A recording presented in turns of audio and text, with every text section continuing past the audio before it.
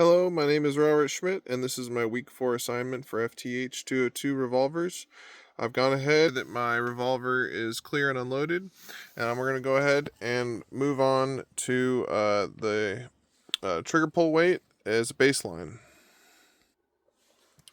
So I've gone ahead here, and I've got the revolver set up on my vise, and I got the calibrator reset. So we're going to go ahead and do the single or double action pull, and then we'll move on to single action. So looks like 10 and a half. Now I've gone ahead and reset for the single action.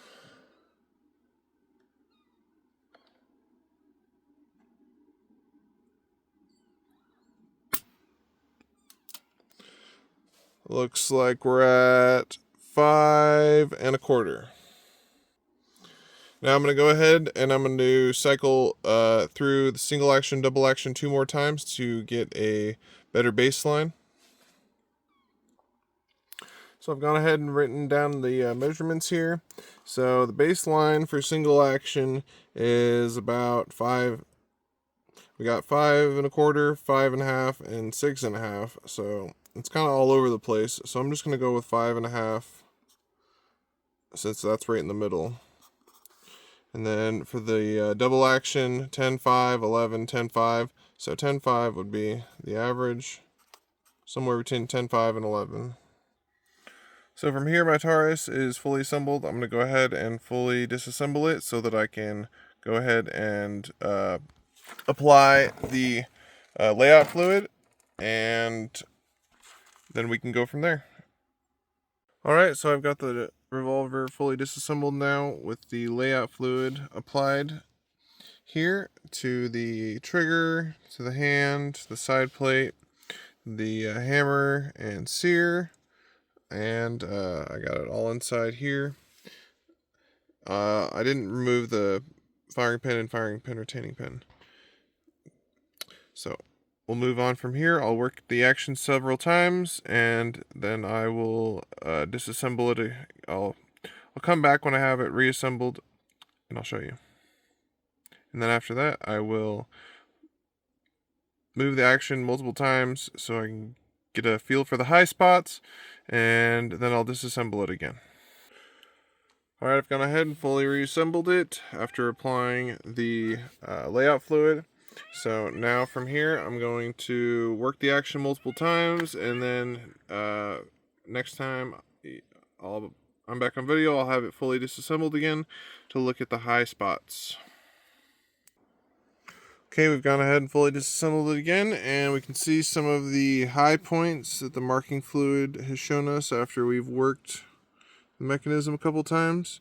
You can even see just a little bit here on the oh, dang it, but you know.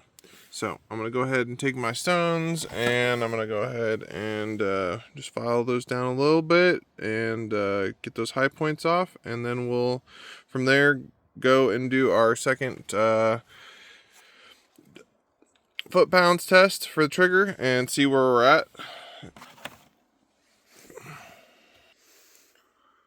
Okay, I've gone ahead and I filed down the high points and I reapplied bluing. I'm going to go ahead and let that dry for at least 5 or 6 hours, and then we'll come back, maybe sooner, once I get it fully reassembled, and then we will do a foot-pound trigger pull for the double action and single action. Alright, I've gone ahead and reassembled the revolver again, and now after we've polished down those high points and let the bluing cure, we're going to see the pull again for single action and double action. So starting off with the double action.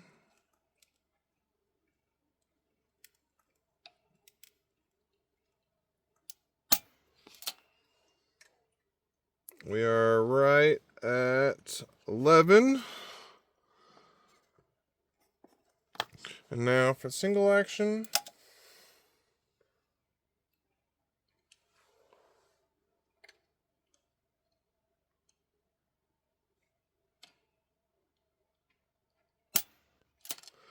Single action, right at little over 5.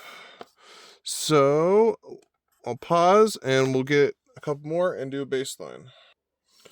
So after doing the last two, it looks like we got a pretty much the same as the beginning.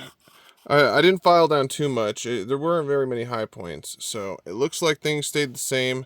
This revolver from the factory probably came, really, everything was well within tolerance, and there wasn't, a lot of room for slop. So what we're going to do now is I'm going to pause the video again, and I'll be back after I remove the 2 main springs that we're going to swap out for the new lighter springs. So here's the old springs I just removed, and here's the new springs that I'm going to be putting on. Alright, we've gone ahead and we've reassembled the revolver with the lighter springs. Now we're going to go ahead and test the double action and single action now to see the difference. So we're going to do double action first.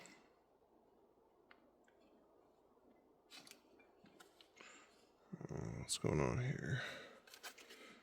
Stabilize the revolver.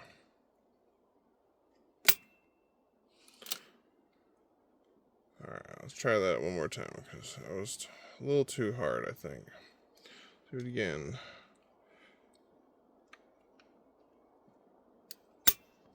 Much better. Alright, now we are at a little over 8. So 8 for double action. 8 foot-pounds. We'll reset the thing. We'll go single action. Alright. Put that on there. Wow, real light. Alright, for that one was only about 3. So 8 and 3, which I think is what those springs are rated for. So we're going to go ahead and pause and do the rest 2 other times. So after checking things out, it looks like our average is about 3 for the single action and about 7.5 for the double action. Next, we're going to move on to our stopgap. So here we have our go gauge. So what we're going to do is we're going to put this in each cylinder. We're going to close or we're going to put this in and rotate the cylinder for each slot. So go ahead and close that, and now when we rotate it, we shouldn't have any stoppage. It should rotate freely. Yeah, clockwise or counterclockwise. So that looks good. And now what we're going to do is we're going to open it up, take the go gauge out, and we're going to do that on the next one. And we're going to repeat this process. All right, for time's sake, I'm going to pause and do that. All right, everything was good with the go gauge. So now moving on to the no go gauge. Basically going to do the same thing. Only difference is that when I insert it and close it, it should stop and shouldn't be able to rotate freely. I don't want to force it, but yeah. So that's what we're gonna do the same thing. It shouldn't be able to rotate freely, or actually open it up, put it in on the outside here. Yeah. And then we're just gonna keep on doing that with each other's hole, and then we'll move through each one and make sure that the no-go gauge does the same thing with each one. Okay, I'll pause and do that. Alright, there were no holdups, and everything functioned correctly according to the no-go gauges. So that's going to go ahead and my week 4 assignment for FTEH 202. My resources were a YouTube video for this week, where another SDI student breaks it down. I don't have the URL, but that's where I got most of my information from. I watched that video like 10 times. So, thank you for your time and have a good day.